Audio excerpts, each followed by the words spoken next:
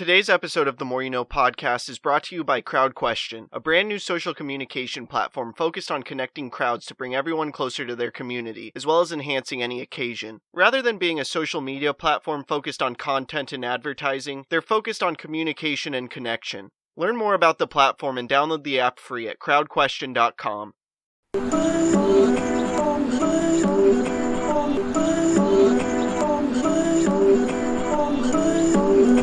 I'm just trying to make it all make sense. Today's More You Know podcast. Today I want to go through steps to wholeness that Deepak Chopra shares in his book Reinventing the Body, Resurrecting the Soul. Wholeness in life is similar to balance. You want to feel fulfilled in all aspects of life, but it can also be unclear how to do so. The desire to be whole is very common, and this is why you have religion and spirituality. People become spiritual or follow a religion, oftentimes hoping to find wholeness through it. The one issue that comes along with this, though, is that teaching and preaching aren't enough. Ultimately, you must experience it to understand it, and then embrace wholeness in your life. So what Deepak Chopra has done is he's taken notice of examples that spiritual and religious leaders have set, and then broke the examples down into steps. These steps develop a lifestyle which is simple to follow, and applies to everyone. By being aware of these steps and applying them in your life, they'll provide immense value, and set you down the path of wholeness. So with this being said, I now want to go through the steps. Step number 1 is to turn entropy into evolution. What this means is to turn bad times, experiences, and adversity into growth. Step number 2 is to then commit yourself to deeper awareness.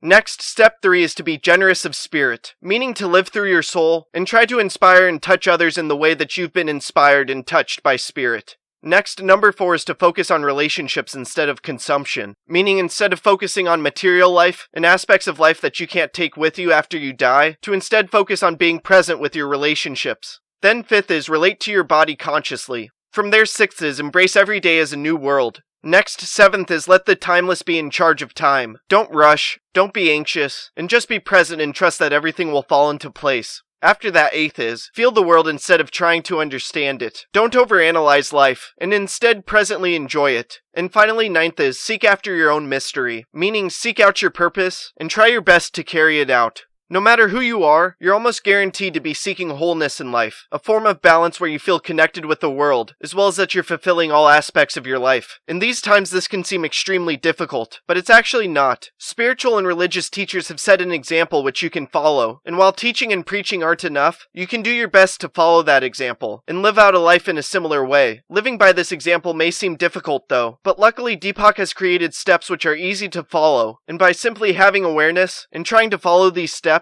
you can be on your way to wholeness, which will not only provide immense value to your life, but those around you as well. And along with that, it will also assist with making a tremendous impact in this world and crafting a life of significance.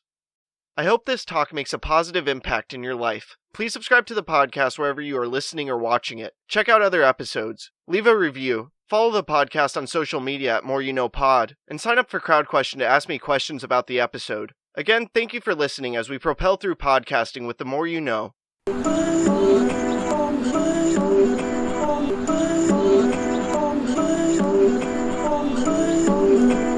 just trying to make it all make sense. Today's More You Know podcast.